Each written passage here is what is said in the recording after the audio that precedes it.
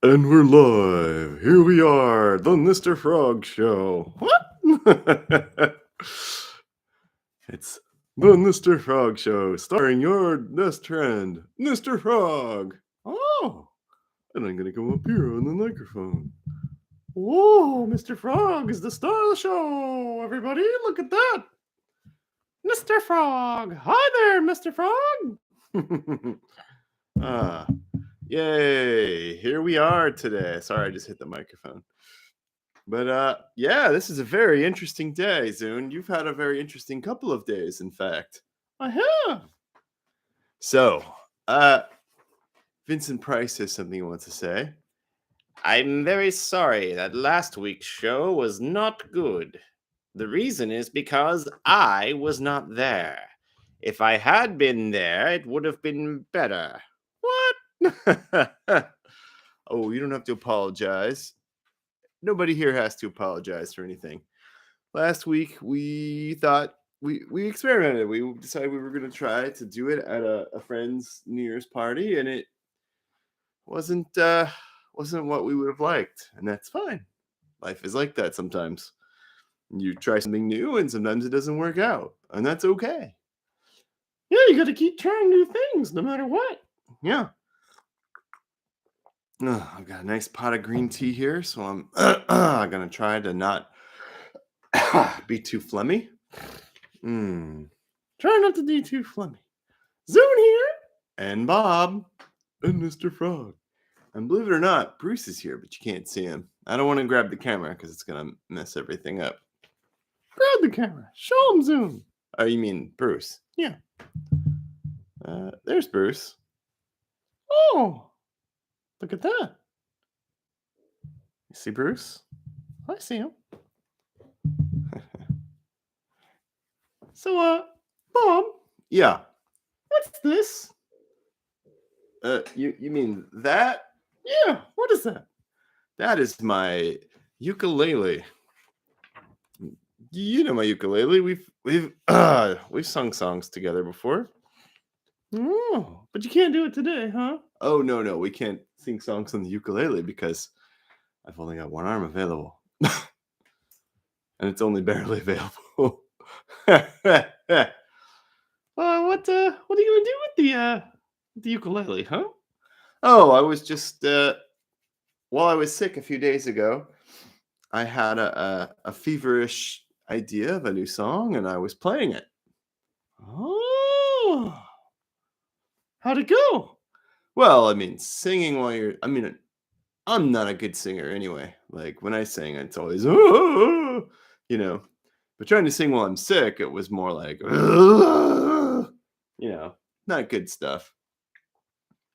But the song, it's coming along really nicely. Right now, I've got 3 distinct parts with a couple distinct transitions, and lyrics are I think they're pretty good. I'm not upset with it.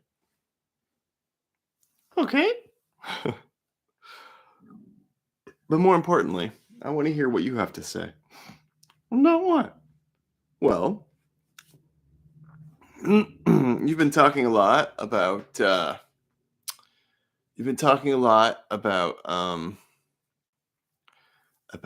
personality and truth and how choosing is basically a superpower.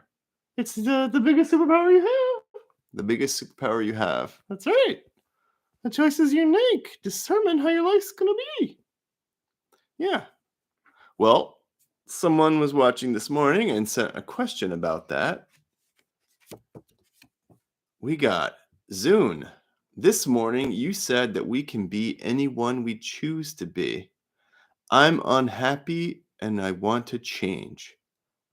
How? See, there's a how with the question mark and the exclamation point.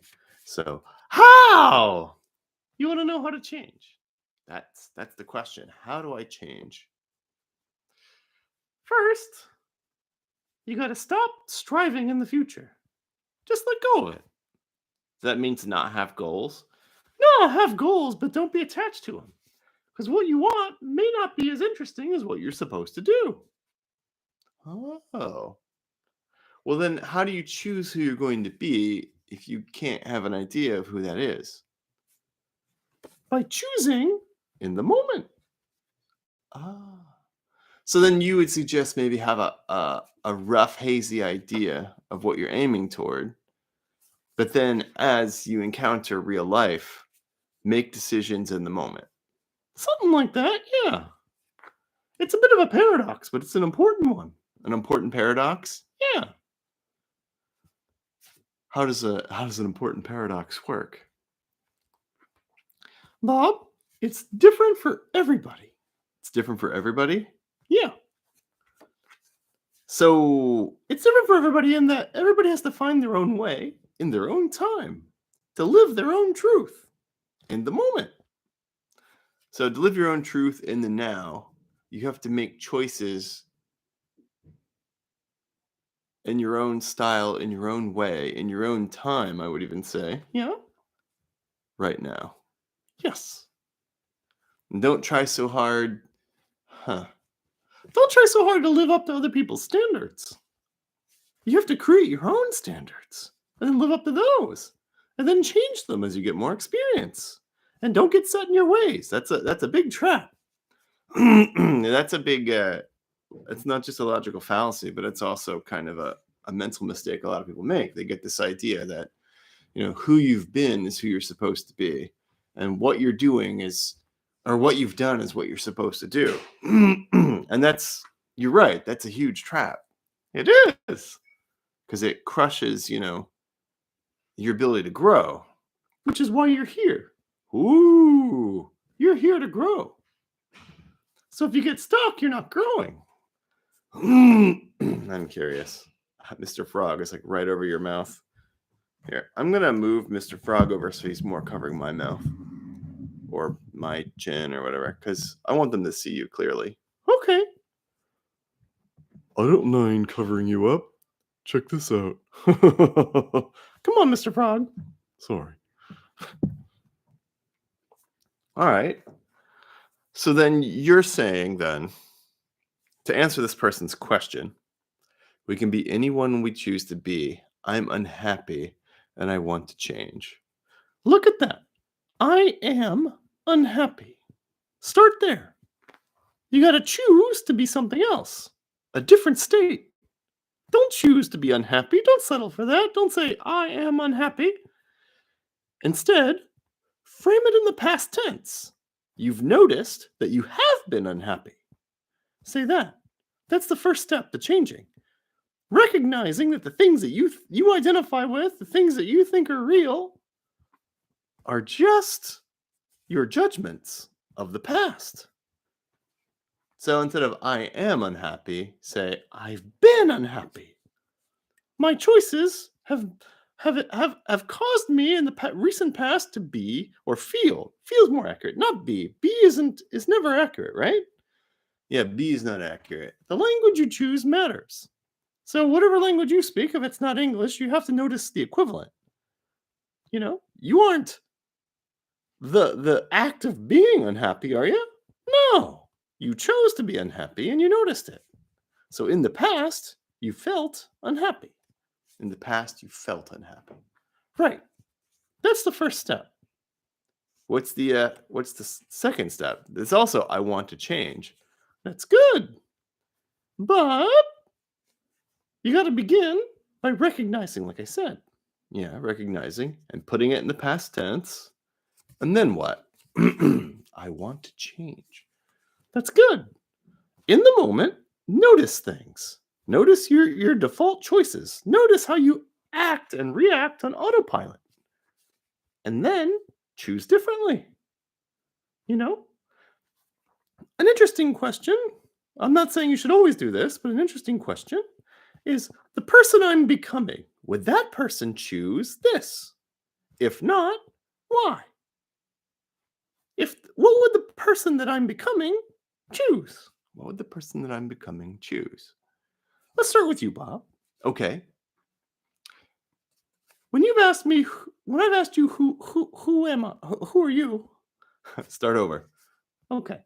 When I've asked you who you are, you've said, I am an artist. No, you're not. You're you. Art is something you do. It's an occupation. But do you do art all the time? I mean, not all the time. No. No, nobody does. Okay. So what if I want to improve become more popular as an artist or more, successful? Work on a few things. Work on, let me think about this. Hold on. Hmm. Hmm. Hmm. Ask yourself, what would a more popular artist do in this moment? What would a more popular artist do in this moment? And then do that. So should I look at what other popular artists are doing? No, absolutely not. What made them popular artists is that they were doing their own thing. And you got to do your own thing. Oh, I see. Very interesting. Okay. So how if I take that as an example, like say, I think it would make my life better if I were a more popular artist. How would I do that using your method of in the moment? Well, right now you're choosing to do this show with me. Is that what a popular artist would do? Yeah, probably. Well, then bingo, you don't have to change a thing. So then hypothetically, later, I'm making dinner. Well, artists gotta eat. All right. Uh See, I can't think of a solid example for this. That's all right, we'll come back to it. Or we can talk about it more next time. Okay. Yeah, we gotta move on to the next question. Time is kind of getting away from us. I was a successful artist. Vincent Price. That's right. He was a legendary actor. Yeah. Who definitely was doing his own thing. Yes. The more he embraced doing his own thing, I mean Vincent Price, the more popular he became. Until he was basically just playing himself in cartoons and movies and TV shows. And even doing a monologue on Thriller. That's amazing. Just doing his own thing, and then it became this big phenomenon. People forget how popular Vincent Price was. Like, especially in the 1970s, the guy was everywhere. He certainly was. And he wasn't like, like a pop star or like, he wasn't even a movie star or a rock star. He was just a cool, interesting, creative person doing his own thing. Yeah. So think about that. Just doing your own thing in your own way, in your own time, making your own choices. And every situation that comes across, make a fresh choice. Even if it's the same choice, just make sure that you're present and doing it. Very interesting. Wow, Zoon, you really gave me a lot to think about. Good. That's why I'm here. That's why you're here. All right, let's see. Next question. Zoon, what's your New Year's resolution for 2023? Oh, that's right. Yeah, we're still we're not that far from New Year's. So what was your resolution? No. Yeah. I don't make New Year's resolutions. You don't make New Year's resolutions? Nope. Not me. Why? Haven't you been listening to what I've been talking about? How can you resolve to do something if you're going to choose in the moment? Right. I guess that makes sense. I made a resolution. You did? Yeah. I resolved to be more conscientious and more kind. Rather than trying to aim for a goal or whatever, I just want to be a better person. Like, I just want to be kinder. Whew. It's hard for me to always be there for everybody. Because, the way I grew up, I don't want to make that my broken record. Please don't. Yeah. It's just, I have this pattern of like, everything could go away at any second. I gotta stop that and be more of I'm here right now with you and I'm spending time with you and we're doing this thing together and I'm gonna do my best to make it better for you because that just making it better for you makes it better for me. And I mean you and you and you and him.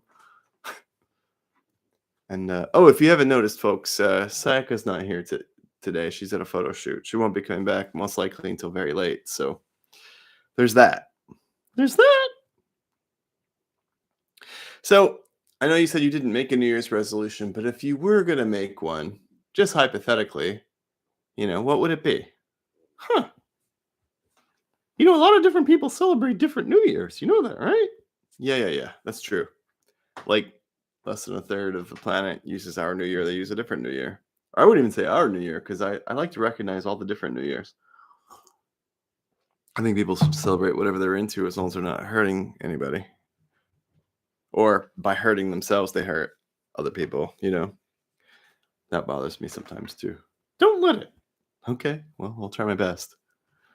But yeah, if you were to have a New Year's resolution, what would it be? Let's see.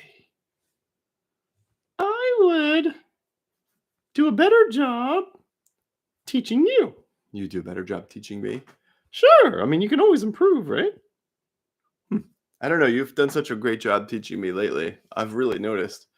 In the past, I wasn't really noticing, even though I would quote you, talk about things that you said with people, and they'd look at me like I'm nuts. But I've learned a lot more from you in a lot shorter time recently, and I definitely notice and recognize it. Definitely. Thank you. Thank you very much. Well, I mean, we still have some time. Anybody have any questions for the chat? I mean, it's a pretty quiet chat today. I think last week probably scared a couple people away. Don't worry about it. You just do your best. I'll do my best, and we'll grow. Thank you. You just cheered me up considerably, brother, sister, friend, family member, alien, partner. Yeah, man, you've just really cheered me up. Thank you. All right. Oh, this one ties into the first question. Zoon, I want to be a better person. Where do I start? You kind of answered that question. Where do I start? And what did you say just a few minutes ago? Go on. You said pay attention to the automatic things you do and the automatic things you think and take them off of automatic by asking yourself, why do I think that? Why am I doing this? Am I the person who does this? Am I the person who thinks this? And if you're in the middle of a change and you're aware of what kind of change you're going through, ask yourself, is this something that this kind of person does or thinks or whatever? And by consciously claiming your automatic processes and taking them off of autopilot, that's the first step to really changing. That's right. Wow, you summarized that better than I could have. Don't say that. Why? It's the truth. You did a good job. Huh, thanks. I'm trying to be a good, a good partner for you in this. I don't mean to switch gears on you. I remember last week we had a question where someone was saying that so many people who are born into money or suddenly come into a lot of money don't seem to be happy. And why is that? And you gave a decent answer, I think, but we were at the party and we struggled to hear each other or to hear each other's thoughts. So I don't know if it was very clear, but I think that question was pretty interesting. Why do you think it is that people who either are born into money or come into money seem to be more unhappy than I think most people? Although people are taught to be unhappy and they just kind of like don't question it and just decide they're going to be unhappy. But for people, with means, why do they decide that they're going to be unhappy, do you think? Well, just like everybody, they're taught to be unhappy. Also, when the step in front of you is to just, have all these possibilities and no attraction to anything, it's hard to really find satisfaction. Give me an example, please. Okay. Let's say I was born. No, let's say you were born a billionaire. Could have anything you want. Okay. Now you, as a weird creative kid, you can do anything you want. No limits. What would you do? I mean, me? I'd probably do what I did. I'd probably, write plays and write short stories and make sculptures and, do puppet shows and stuff. Okay. And But I also read a lot of books. I went to the library a lot and spent time with the librarian. And I discovered a lot of books on my own. I think if I was born a billionaire's kid, I'd probably have all these books handed to me based on what my parents thought, rather than me discovering it on my own. And I think it would become a habit for me to not look for interesting books. I think that's probably true because of having no interesting books at home and forcing myself to go out to find things to read. I discovered a lot of things on my own, and I kind of found my own style for discovering things. I think if I was born rich, I would struggle to develop that aptitude. oh, you think so? Yeah, probably. I think creatively it might have even helped me because I'd have more materials to build stuff with. But on the flip side, as a result of that, I would probably be less well read. And I'd probably be a sculptor. I probably wouldn't even be a writer anymore because, having any material you want to sculpt with and as much space as you need and, parents with money to support you with, they would have put me in galleries and shows as a kid. I probably would be a famous sculptor right now if I were born into a billionaire family. Would you be of service to others? Probably not. I would say, not having struggled myself, I would then probably, I don't know this for a fact, but I would probably fail. I'd probably fail to empathize properly with people who are experiencing their own struggles. If everything were handed to me and I didn't have to struggle, we didn't sleep at campgrounds and eat peanut butter sandwiches for several meals and stuff like that. The experience of being poor, like really poor. I don't think I would appreciate other people's struggles the way I do. Like, I think it would have taken me a lot longer to understand. I mean, it wasn't like I understood right away and I was this wonderful, empathetic person. I was still kind of rotten for a long time. But the rottenness was like a defense mechanism against the helplessness of feeling poor. Like, I became kind of a rotten person, I think, in response to the struggle of growing up really poor. Being made fun of by the kids who had good shoes and decent clothes and real food and all that, and being bullied by them and sometimes groups of them, hitting me and stuff. I think even with that hurdle, because I could relate to people struggling because of my own struggle and my own family's struggle, it's easier for me now to have compassion and real empathy for others because I went through that. And I think if I didn't have that, and especially growing up in a billionaire family, I would probably have some crazy idea like, what's your problem? You could have this just as easily as I did. But I mean, as easily as being born, that's a little bit ridiculous. But I wouldn't know that that's ridiculous because I would be brought up to think that way. It would be really easy for me to take things for granted if I were raised in that environment, I think. Not to say that a person raised in that environment can't realize compassion and empathy on an experiential level. I just think to do so would be significantly more challenging than it was for me. And it was already very challenging for me because of my psychology. Wow. So, I think that's why, maybe I'm wrong, but I think that's why you said what you said about a lot of people born into wealthy circumstances, why they're so unhappy is because they don't get that connection with life and other people and with the struggles that go into growing. Because growing isn't easy. Growing is, I mean, sometimes it's easy, I guess, but growing seems to be mostly A pain in the butt. yeah. I mean, oftentimes painful or ugly experiences really inspire us to grow. Like Respond to the challenge. we respond to the challenge. Yeah.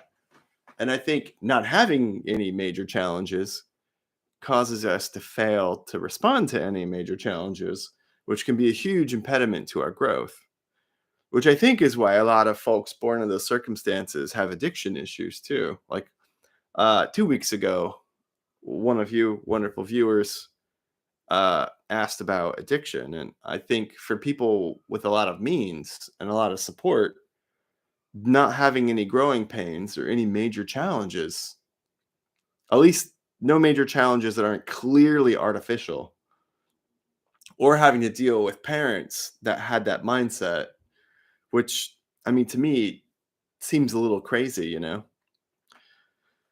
Not everyone. I'm sure there are cases that weren't crazy. I mean, if Jim Henson were alive today, he would be a billionaire, and I don't imagine he would have the same ethical failings as someone like, I don't know, Elon Musk. You know what I mean? And Elon Musk strikes me as a person where if he were born poor, he would probably be a really neat person. And his struggles, I imagine, and I have no idea because I never met the man, but his struggles, I imagine, are a result of not having to empathize or struggle himself as a kid and being told that, everybody's just kind of lazy and dumb, which is a ridiculous thing to think. Oh, you're poor because you didn't try hard enough, when he never had to try at all to get anything. Very nice. Yeah, but I mean, those are all my assumptions. I have no idea. I don't know the guy. I could be completely wrong. I mean, he could be a real sweetheart who's just misunderstood.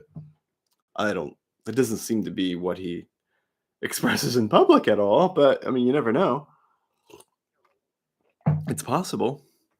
And like you said, uncertainty, that's where truth grows. Didn't you say that the other night? I did. Uncertainty is where truth grows. So, would you say then, to go back to this other question of where do I start, would you say step 2 would be to practice being comfortable with your own uncertainty? Yes. Here's the thing, Bob. In life, you don't know what's going on and you don't know what's happening. Like, even things that we think are very obvious and won't change, like gravity. You never know. You do never know. Like one force could change on our planet, and that can make gravity act or react differently, and then we would all have to adjust. So we assume that if I drop this comb, it's going to fall, and it's going to fall the same way every time. And 99.999, etc. percent of the time, I'm pretty sure it will. But that could change. I mean, there's no guarantee that it's always going to be the same. Bingo.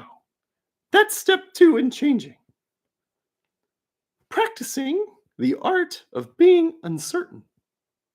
Practicing the art of being uncertain. That's why I don't like the verb to be, is, are, was, etc. Because they're not completely accurate. Right. You can't be happy. You experience the feeling of happiness. You can't be happy, you experience the feeling of happiness. Happiness isn't a goal in the future. Happiness is a discipline in the now. You got to practice being happy. Or practice feeling happy, since being is technically impossible. Bingo. Thank you, Bob. Sorry, I didn't mean to correct you. I was just jumping in what you just said. No, you got it. So if you want to be happy, let go of that need and just practice practice experiencing the feeling of being happy in the present. In the present. In the present. Rats. In the present. Yes. I think that's a good. I think that's a good closing point. Unless somebody asks a question here in the next minute or so, we're probably gonna jump out of here. But I hope that was helpful. if you just popped in, Zoon just said a very amazing thing. He said, "Don't try to be happy, because that's in the future, which is imaginary." He said, "Practice experiencing happiness in the present." Can I ask you another question? How do you practice experiencing happiness? Choose. Choose. Your superpower, remember? Choice is how you adapt to reality. What you choose. That's a superpower. So you're telling me choose to experience happiness. And how do you do that really, really well? I have no idea. Practice, practice, practice. You say practice a lot. Every time you're on one of these now, you say practice, practice, practice. Practice is the key. We had this weird idea that we're fully formed and that what we're doing is what we're supposed to be doing. You know, that what happens automatically is what's supposed to happen. But what really needs to happen is you need to practice. Practice making choices. Practice changing and not even changing, but practice experiencing your experience in the style that you want. Not even what you want, what you enjoy. Practice experiencing your experience in the way that you enjoy. Boo, man, I gotta practice that. Dude, you just changed my life, Zoon. Wowee, I'm getting goosebumps. This is ridiculous. You're welcome. Yeah, thank you, buddy. All right, well, if you just joined us, I'm gonna apologize. Unless you ask something here in the chat, we're gonna have to let you go. But if you're not a subscriber, make sure you hit that subscribe button, because that's the only way you can join in the chat is by being a subscriber. That's just how we avoid, trolls and stuff like that. So thank you for joining us, and thank you, Zoon, because I think we got a few really good clips out of this. I'm sorry that I'm so behind on making clips. I'm gonna try to catch up and get some good clips going. I was sick last week, and I haven't been sleeping well at all. Last night, like the 3-hour sleep I got was the first sleep I had gotten in 3 days. And then I slept a little bit today, like during the day, but that's gonna mess me up more tonight. Hello, hello. Nice to see you, Ayakota. Hey, oh. Well, sorry that we're about to leave. Well, if you have a question for me, I'll stick around. yeah. If you have a question, we'll stick around, I guess. But we got a lot of really good stuff in today. This was really a really good show. I feel pretty happy with this. You know what we didn't do? We didn't do a card to define the show. That's okay. Yes, practice your ego with Zoon and Bob.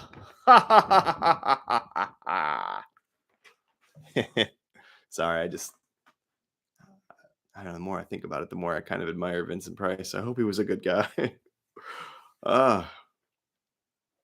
Well, that's the end of the show. Catch you later, and I'm gonna make sure Bob posts some more clips this week. So enjoy your holiday in Japan, Ayakata. And my friends, remember, you can do it. I believe in you.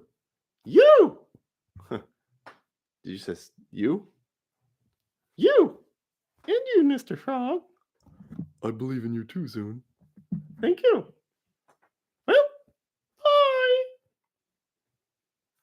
Thank you for practicing with us. Bye. Thank you for joining us. We really appreciate it. Catch you later. See you soon.